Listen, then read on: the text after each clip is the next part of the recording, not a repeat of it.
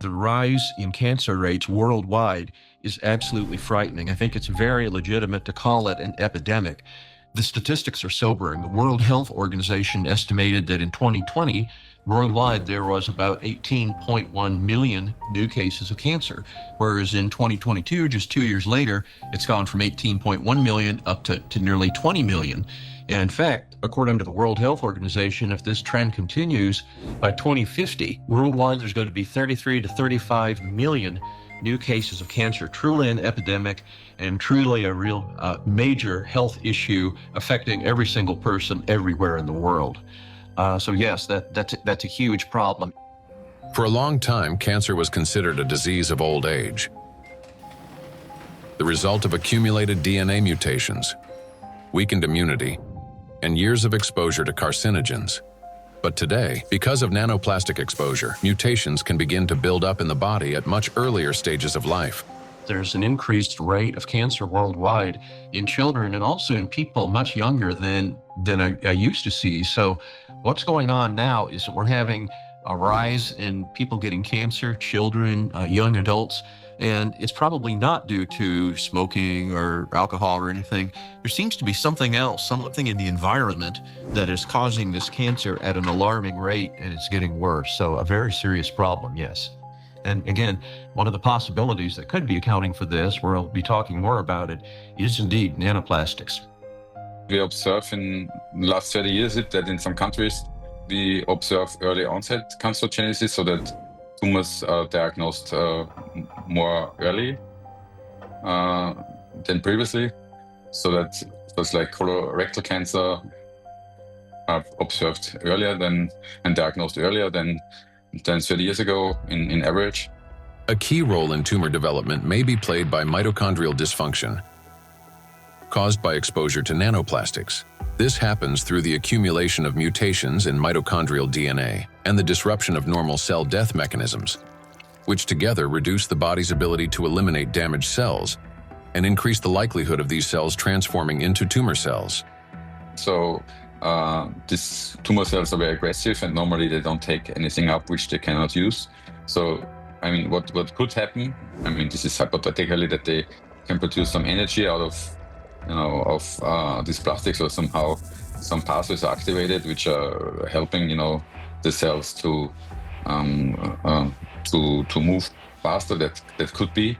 So we need to investigate that. So it's a very important question, and we are basically on that to find out what happens mechanistically in those cells, that they can use plastics to facilitate their mitochondrial potential.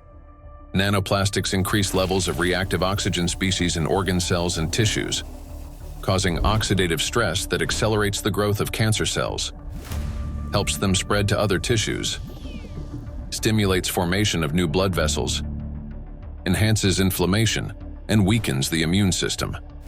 Moreover, the high level of oxidative stress caused by electrostatically charged nanoplastics promotes the survival of tumor cells and reduces their sensitivity to therapy, making malignant cells more aggressive.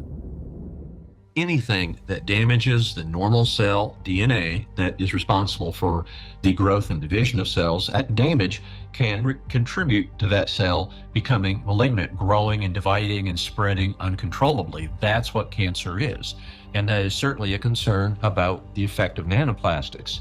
And then above and beyond that, because nanoplastics affect so much of the cell's function, the oxygenation, the ability of a cell to function, above and beyond that, I'm concerned as a doctor that treats cancer that nanoplastics may be reducing the effectiveness of our cancer treatments. I'm a physician that treats cancer with radiation therapy, so I am concerned about nanoparticles adversely affecting the use of radiation therapy to control cancer.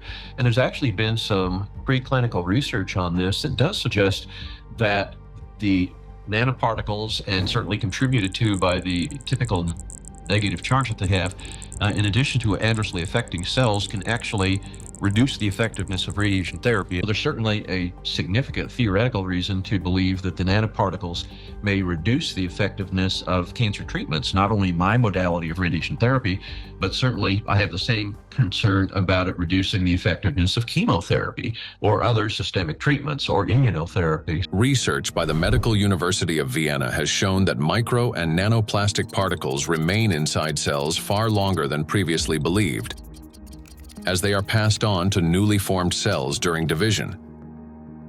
In addition, there are also early indications that these plastic particles may play a role in tumor metastasis.